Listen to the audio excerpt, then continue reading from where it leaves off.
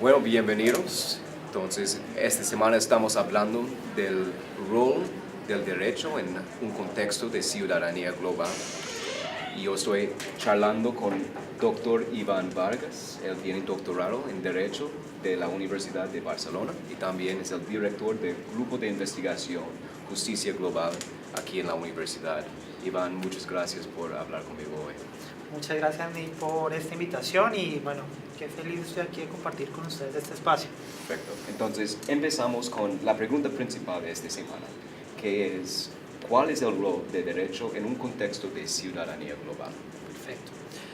Bien, bueno, antes de abordar el rol que debe tener el derecho, en un contexto de ciudadanía global es importante que los estudiantes comprendan cuál es el papel del derecho y de dónde nace el que el derecho pueda tener un rol.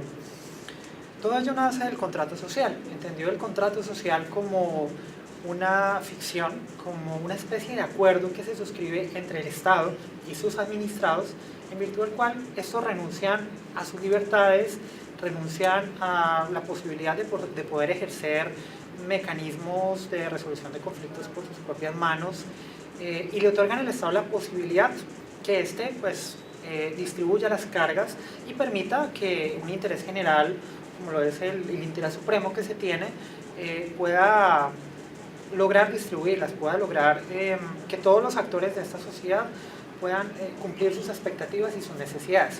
Y allá es donde quiero llegar. ¿Cuál es el rol entonces del derecho? Si ya nosotros nos planteamos un contexto de ciudadanía global, tenemos que ver cuáles pueden ser las expectativas y necesidades de esos ciudadanos en el contexto de la globalización. ¿Qué es lo que esas generaciones actuales y futuras quisieran del aparato estatal, quien a su vez, en uso de una de sus instituciones más importantes, como es el ordenamiento jurídico, puede darle un orden a todo? Las expectativas, bueno, pueden ser variadas. En un contexto de ciudadanía global podemos remitirnos a varios ejemplos para que podamos entender cuál puede ser ese rol. Un primero de ellos que a mí se me ocurriría tiene que ver con las libertades en red. Pensemos, en un contexto de ciudadanía global, Internet juega un rol fundamental. ¿Qué esperamos del ciudadano, qué esperamos del Estado como ciudadanos respecto al Internet? Que se nos permita ejercer allí libremente nuestra libre expresión, que también podamos acudir a mecanismos de protección jurisdiccional si vemos que terceras personas agreden nuestra integridad. También esperamos que dentro del contexto de Internet podamos ejercer un libre comercio, podamos allí ofrecer nuestros servicios, podamos acceder a otros servicios y productos en tiempo real. Y bueno, en general, podemos esperar que el Estado pueda lograr aterrizar todas aquellas dinámicas que se dan en un contexto material tangible al mismo contexto digital, al mismo contexto en red. Y el Estado ya para ello contempla mecanismos. Por hablar de un caso muy puntual, la Ley 527 de 1999, la Ley de Comercio Electrónico crea una figura como lo fue la equivalencia funcional. La equivalencia funcional no es otra cosa sino la posibilidad que tienen los contratos, los actos y en general las diversas relaciones jurídico-negociales o documentos de carácter privado que se plasmen en un soporte tangible tener igual valor a como lo tendrían en un documento intangible. Es decir, yo puedo entregarte a ti un certificado, puedo suscribir contigo un contrato perfectamente por correo electrónico en donde sea capaz de plasmar allí mi voluntad y tú en tiempo real puedas aceptarlo mediante una firma electrónica. El Estado le va a dar igual valor a ese contrato que tú y yo suscribimos por este medio que aquel contrato que se suscribió en físico. Entonces el Estado como ente regulador ya va a empezar a responder a esas, repito, necesidades y expectativas de la sociedad actualmente. Y de la misma manera como hoy en día el Estado, a través de su aparato jurisdiccional, protege, tutela otros intereses como los de los niños, contra, por ejemplo, el abuso, la pornografía, también es capaz de hacerlo dentro de un contexto como lo es Internet, a través de diversos mecanismos como el bloqueo preventivo de contenidos por parte de la CSP o la actuación de la Policía de Delitos Informáticos, de la Unidad de Delitos Informáticos de la Policía Nacional. Es decir, en un primer escenario, el Estado es capaz de responder a esas necesidades y a esas expectativas que se dan en un entorno como Internet. Otras necesidades y expectativas que puede tener la ciudadanía en un contexto de globalización, los medicamentos. Cada día con sorpresa vemos cómo se descubren nuevos tratamientos y nuevas curas para enfermedades que otrora eran incurables o eran intratables. Anteriormente eso estaba reservado solamente para un sector de la población que podía tener los recursos para acceder a este tipo de medicamentos, es decir, no todo el mundo podía por sí mismo acceder a una cura o a un tratamiento, sino solo aquellos que tenían la posibilidad de los medios económicos para realizarlo. El Estado, y en particular el ordenamiento jurídico del derecho, ha contemplado mecanismos como las licencias obligatorias. En Colombia recientemente se dio un caso con el imantinib, un medicamento que se utilizaba para tratar una afección que aquejaba a cientos de miles de pacientes en Colombia. Y el Estado colombiano tuvo que sentar al laboratorio y productor de los medicamentos a bajar el precio o a notificarle que estaría próximo a emitir una licencia obligatoria, que no es otra cosa sino el desconocimiento temporal de un derecho de patente a cambio de una justa compensación para que dicho medicamento pueda estar al alcance de todos. Se contemplan además otros mecanismos como desde el mismo momento en que se diseñó la patente sobre los medicamentos, el dominio público. Luego de un tiempo determinado de protección de la patente sobre la invención, la fórmula se libera, que por si la fórmula se libera desde el momento en que se registra la patente, pero la fórmula está al alcance de todos, de forma tal que los laboratorios productores de medicamentos genéricos pueden acceder a la fórmula y replicarla y venderla a precios bajos. Es decir, el Estado también es consciente de un elemento fundamental para la ciudadanía global como lo es la igualdad. Y en la igualdad hablamos de la posibilidad de acceder en igualdad de condiciones a privilegios, a derechos que antes pues solamente estaban reservados a unos cuantos. Entonces el derecho allí tiene un rol democratizador respecto a su segundo escenario. Un tercer escenario que a mí se me ocurre tiene que ver con el libre comercio. Hoy en día, justamente a través de principios como el de la equivalencia funcional, el aparato estatal puede facilitar el intercambio de productos y servicios en línea. Y para ello ha logrado flexibilizar muchas de las instituciones jurídicas que antes resultaban ser impedimentos. Y nacen instituciones como la Organización Mundial del Comercio o surgen acuerdos internacionales como el ADPIC que permiten que las dinámicas anteriores de intercambio de productos y servicios se logren acoplar en la globalización y a favor de todos los actores allí implicados y en última pues favoreciendo a los consumidores. Sobre ese último punto también quisiera referirme a los precios. Gracias a que el Estado es capaz de regular las condiciones de libre acceso a los mercados, hoy en día nosotros podemos gozar de precios competitivos para comprar en línea, por ejemplo, y tenemos la posibilidad de, en igualdad de condiciones, tener acceso a dichos productos y servicios como lo tendría un ciudadano americano, un ciudadano español o un ciudadano francés. En últimas, el derecho ha logrado flexibilizar el acceso. Entonces yo definiría que ese primer rol del derecho en un contexto de ciudadanía global tiene que ver con la flexibilización y con la democratización en el acceso a desde bienes de primera necesidad como los medicamentos hasta la posibilidad de acceder a productos y servicios en tiempo real. Entonces el Estado adquiere ese primer rol. Como parte de su función como administrador, como ente encargado de hacer cumplir el contrato social que se suscribió previamente entre él y los administrados. Me llama mucho la atención lo que tú dices sobre la tensión entre garantizar igualdad frente a la ley, por ejemplo, y procesos que generan desigualdad que normalmente están asociados con globalización en este momento por lo menos. Entonces, podemos hablar un poquito de lo que usted cree son las tensiones entre el derecho y la globalización. Bueno, para referirnos a las tensiones hay que partir de lo que en mi concepción es el germen de todas estas tensiones y tiene que ver con el precompromiso. El precompromiso no es otra cosa sino la sujeción de normas que fueron pactadas por generaciones anteriores respecto a una sociedad como lo es la actual. Y ya nosotros encontrábamos teóricos como Jefferson o como Paine, incluso el propio Stephen Holmes, que desarrollaban ese concepto. Y planteaban tanto críticas como aspectos que de alguna u otra medida pueden considerarse positivos de esa sujeción. No sé, en lo personal yo me cuestionaría si al día de hoy, en este caso como ciudadano que hago parte de un contexto de globalización, si se me permite el término como ciudadano global, tener todavía que estar amarrado a compromisos que pactaron generaciones anteriores y que están fijados en normas. Para citarte un solo caso, el artículo 34 del Código Civil, y por aquí tengo anotado lo que planteaba en su momento, equiparaba respecto a la edad en la cual se dejaba de ser impúber,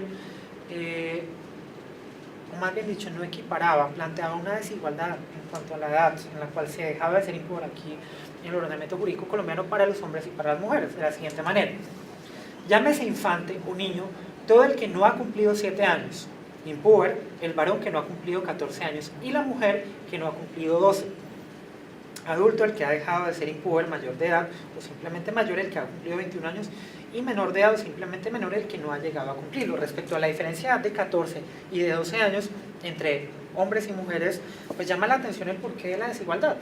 Hay que entender que cuando se redacta el Código Civil en la década, en el siglo XIX, a finales de 1800, estábamos en un contexto de sociedad patriarcal, de sociedad machista, y allí se contemplaba que la capacidad y la posibilidad de ejercer mis derechos y obligaciones como hombre era diferente a la de una mujer.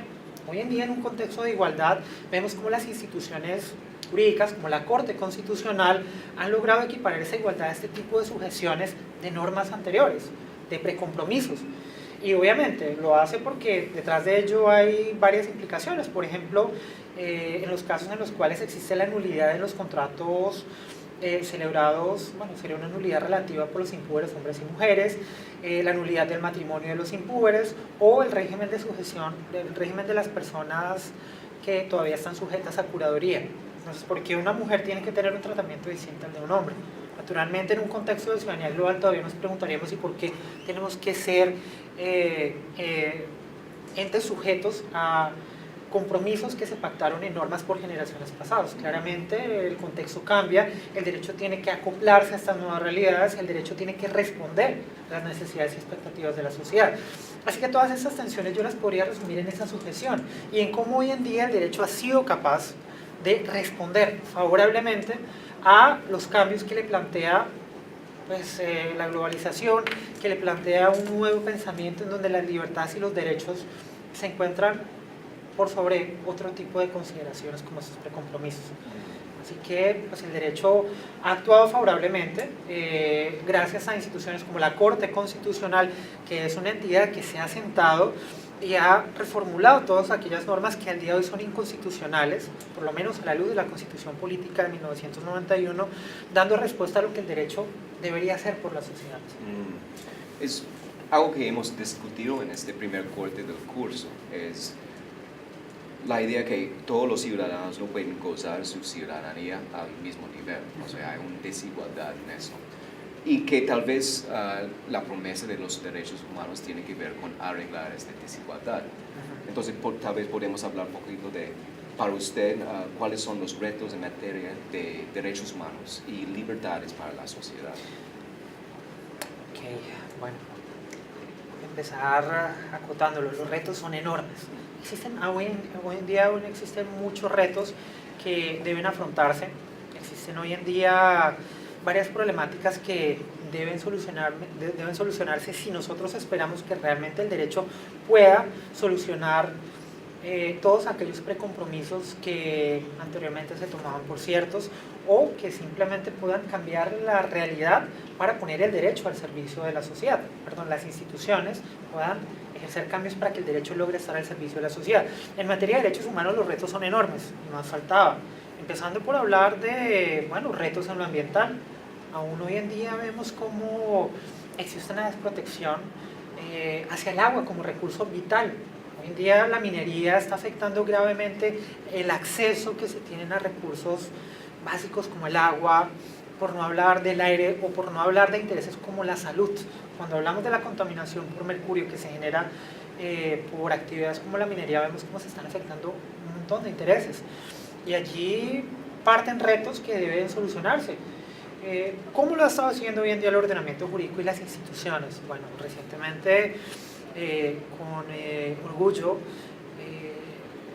vimos cómo en nuestro país la Corte Constitucional reconoció que el agua, en particular el río Atrato, era un ente sujeto de derechos. En un hecho sin precedentes se le reconocieron derechos a un ente como lo fue un río, el río Atrato.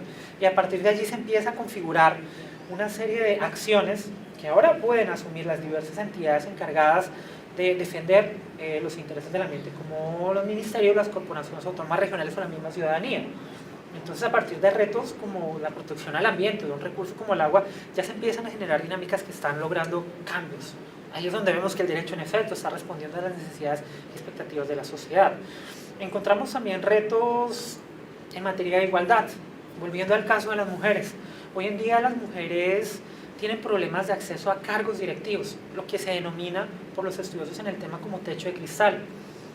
Los hombres y las mujeres que están en igualdad de condiciones preparados para acceder a cargos de toma de decisiones no están accediendo a esos cargos justamente en igualdad de condiciones. Las mujeres se encuentran con una barrera que les impide el acceso.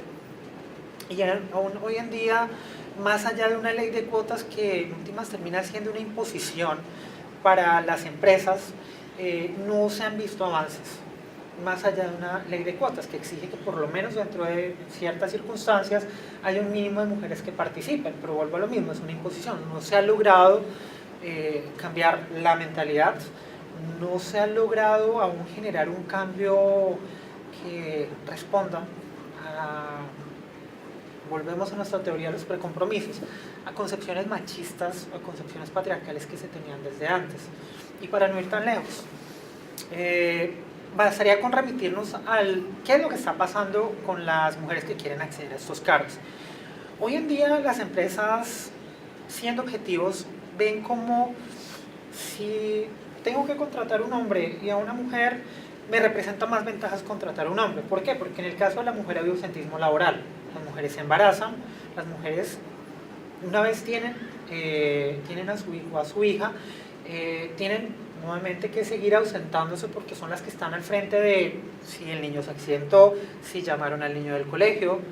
Aún hoy en día las mujeres son las que están encima de los problemas relacionados con la crianza de los niños. Los padres de familia apenas aportan económicamente y eso es lo que el empresario ve, y a la hora de tomar una decisión objetiva sobre para mí qué va a ser más ventajoso, si darle el acceso a un cargo directivo a un hombre o a una mujer, pues naturalmente me va a terminar yo decantando por darle el acceso a un hombre. Entonces ahí vemos un problema de fondo que aún no se ha logrado solucionar.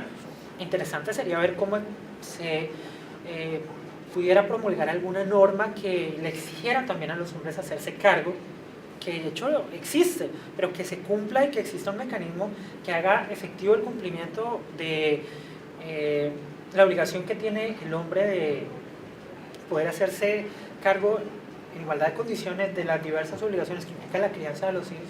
Es otra cosa. Entonces hay todavía unos problemas por resolver, hay todavía unos retos en materia de igualdad. En justicia social, bueno, por hablar del acceso a los medicamentos. El acceso a los medicamentos es algo que solamente está reservado para quienes tienen la posibilidad de acceder a los medicamentos. Y es que no olvidemos que la patente cubre la exclusividad durante un tiempo determinado, 20 años en el caso de las nuevas invenciones farmacéuticas, para que el laboratorio durante ese tiempo sea el único que explote el medicamento, que lo pueda comercializar, producir, pero además de ello fijar el precio que le representa un retorno de la rentabilidad. Son precios elevados, son precios que no todos se pueden permitir. Hay dificultades en el acceso, pero sin dejar a un lado que también existen mecanismos como las licencias obligatorias que permiten equiparar el precio. Sin embargo, el deber ser es que esas licencias obligatorias puedan realmente darse en contextos en donde el interés general así lo merita, en casos de utilidad pública, y hoy en día vemos que tímidamente se aplica. En los últimos años, en el caso del Imantinib, vimos como una licencia obligatoria fue propuesta, que al final pues no se dio, y bueno, logró el Estado un acuerdo con el laboratorio para bajar el precio. ¿Por qué? Porque el precio era elevado, porque al ser precio elevado el medicamento, el mismo Estado cuando financiaba la compra de los medicamentos veía cómo su sistema financiero se afectaba, o los pacientes que no tenían la posibilidad de esperar hasta que la entidad promotora de salud autorizara el suministro de un medicamento, porque son tiempos muy dilatados, tienen que vender lo poco que tienen que endeudarse para poder acceder al medicamento. Entonces ahí vemos también problemas en el acceso a los medicamentos que denotan detrás un reto que tiene el derecho que resolver a favor de la justicia social. Entonces, para tratar de cerrar esta pregunta, Nick, retos son diversos. En particular, yo quisiera hacer énfasis en unos retos que para mí son críticos: retos en lo ambiental, retos en igualdad, retos en justicia social. Por lo menos partiendo de allí ya hay retos que solucionar. Estos últimos dos ejemplos que tú planteas destaca el rol del sector privado. Entonces tal vez deberíamos hablar de eso en particular. ¿Cuál es el rol del sector privado en la ciudadanía global? Perfecto. Bueno, partiendo que uno de los postulados de la ciudadanía global plantea que los actores de la sociedad deben ser conscientes de sus derechos y también deben serlo de sus obligaciones, aquí tendríamos que hablar de las empresas como un actor. Las empresas son un actor dentro de una sociedad del conocimiento y la información, una sociedad de la globalización, y bueno, tiene un reto, tiene una obligación, que es devolverle a la sociedad todo aquello que ha recibido de la misma. Naturalmente una empresa le apuesta por obtener rentabilidad, y muchas veces en aras de obtener rentabilidad dentro de sus acciones no se ve reflejada una responsabilidad hacia sus grupos de interés o stakeholders. Stakeholders es un término que es de la responsabilidad social, agrupa todos los sectores de interés, los grupos de interés, como lo son el mismo ambiente, los trabajadores, las comunidades, el Estado. El Estado es un grupo de interés, y en general todos aquellos que directa o indirectamente se relacionan con el actuar de las empresas, con el día a día de las empresas, con la actividad que llevan las empresas. Entonces las empresas, muchas veces desconociendo que existen esos intereses, simplemente se dedican a sacar provecho de su actividad económica, sacar provecho de su actividad económica y seguir sacando provecho de su actividad económica, sin importar si se deterioran los intereses de sus grupos de interés, empezando por el ambiente. Es que a las empresas hoy en día no les interesa, más allá de cumplir con las obligaciones legales, determinar si sus actividades están generando un impacto ambiental negativo. Listo, que a mí la ley no me exige, en algunos casos, estar monitorizando ese impacto. Si a mí no me lo exige, yo no lo hago.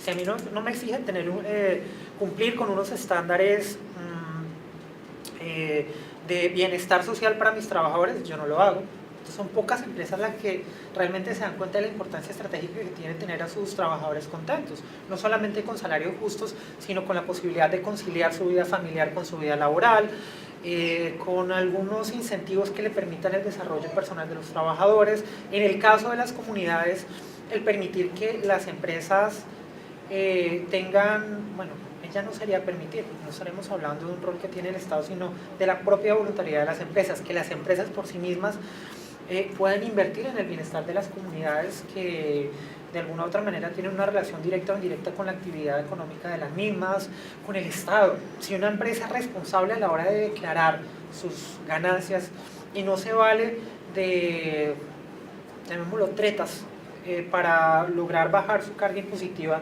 sus impuestos, pues está siendo responsable. En últimas, aquí también podríamos hablar del rol de la empresa, el rol del sector privado dentro de la ciudadanía global, y es ser responsable, pero no ser responsable porque a mí el Estado me lo imponga, sino ser responsable porque esto nace de mí, ser responsable como una acción de responsabilidad social, y de allí pues nace el concepto de responsabilidad social empresarial o responsabilidad social corporativa, como ese actuar que tienen las empresas voluntario para generar unas condiciones de bienestar y de justicia para todos los grupos de interés que tienen una relación directa o indirecta con la misma. Entonces, claramente, en un contexto de ciudadanía global, si hablamos de una responsabilidad que tienen todos los actores, y si las empresas son un actor, las empresas deben responder a su responsabilidad mediante acciones socialmente responsables, con todos los grupos de interés. Y cuando no se hace, cuando la empresa no es consciente de esa responsabilidad social, ¿qué es lo que vemos? Me recuerda ahorita lo ocurrió en el año 2013 cuando se derrumbó un edificio en Bangladesh y fallecieron 300 personas.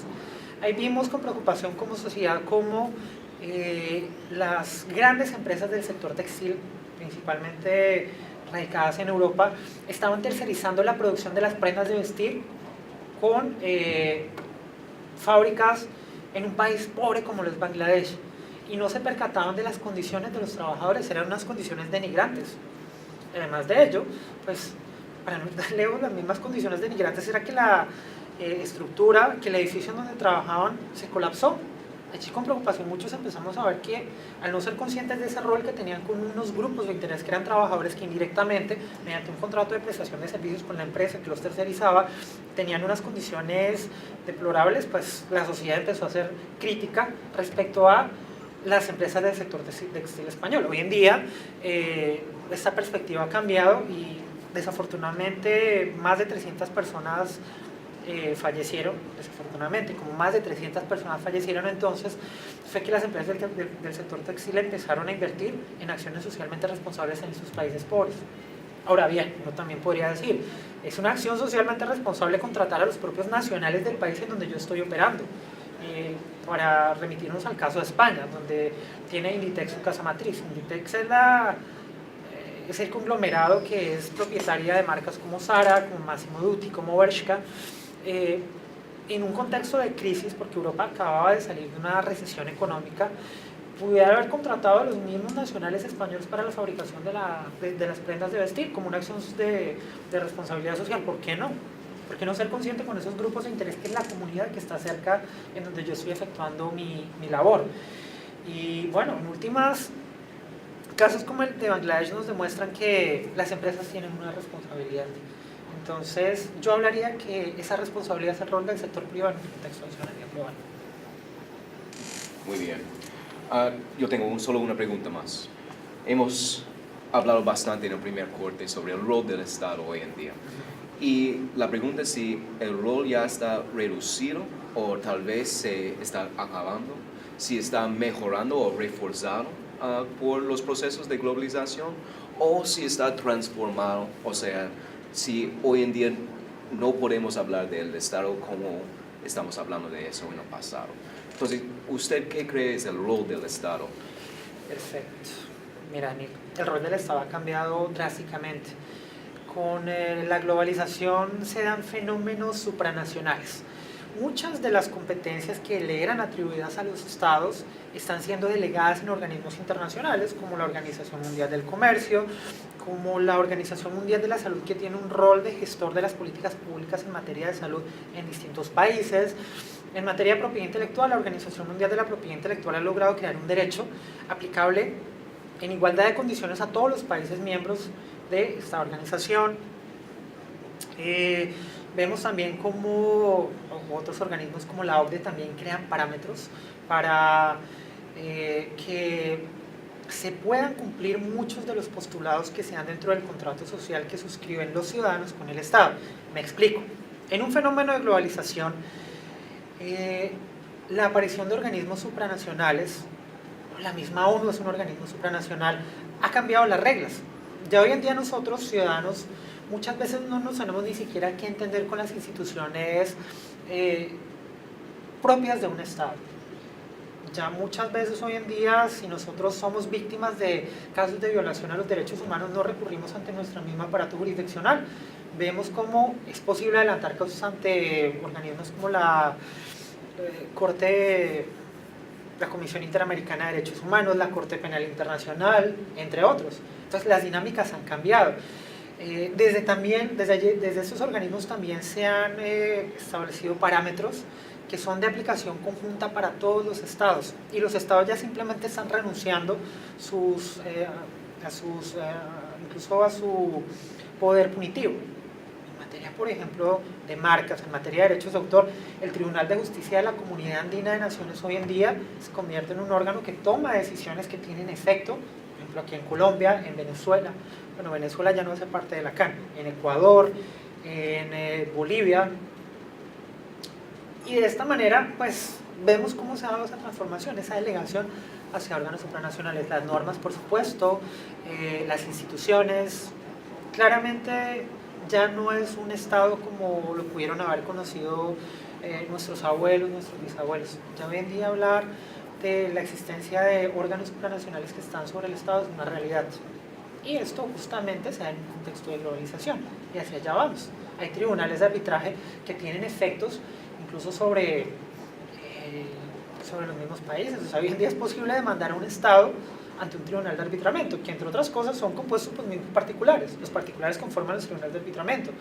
Yo, como contratista o excontratista del Estado, puedo demandar al Estado si hay un incumplimiento del contrato, y el tribunal de arbitramiento emitirá un laudo que en este caso obligará a un Estado a compensarme si así fuera el caso, o a compensar al Estado si por el contrario fuera yo quien le ocasionó un detrimento al Estado.